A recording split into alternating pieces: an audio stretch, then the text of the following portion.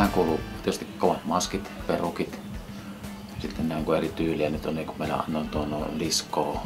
Sitten oli arabijuttuja tai niin kuin kuitenkin tämmöistä voimakasta meikintekoa. Mä en edes muista mitä tässä on. Mä olen niin rankka ollut tää 4 päivänä, että tehtiin 13 tuntista päivää. Nämä on suunnitellut Tarja Nylander. Ja sitten nämä niin Eevan kanssa, Saarisen Eevan kanssa niin laittaneet nämä perukit, kammanneet ja niin valmiiksi, että mä oon tullut tähän niin valmiiseen pöytään. Tänään joku laski, että meitä oli niitä tanssijoita 42. Mutta parhaamme meillä on ollut 65 kuulemma. Plus sitten vieraat, haastateltavat, solistit, kaikki muut, että paljon. Koko päivä kohdataan. Me tehdään vähimmällä olen tehty 8-2 pisin aika, että koko ajan tulee uusi ihminen kehiin. Ja sitten tehdään 9 asti, että koko ajan kytätään, korjataan, puuteroidaan, laitetaan. Että ne on koko ajan kunnossa.